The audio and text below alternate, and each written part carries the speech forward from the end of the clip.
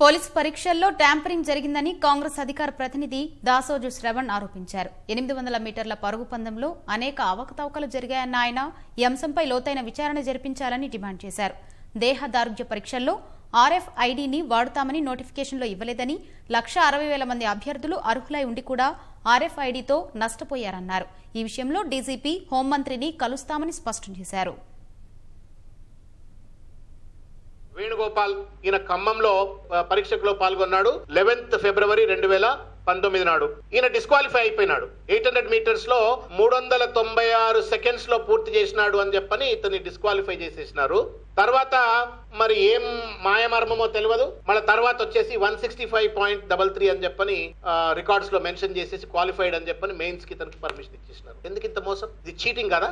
అస్మదీయులకు ఒకటి, తస్మదీయులకు ఒకటి. ఎవడెవడైతే టేబుల్ల కింద ఏమనిస్తే వాడికేమో క్వాలిఫై అవుతా ఉన్నారు, టేబుల్ల కింద లేకపోతే ఈ ట్యాంపరింగ్ లో భాగం పంచుకోకపోతే డిస్క్వాలిఫై అవుతున్నారా అనే అనుమానాలు కలుగుతా ఉన్నాయి.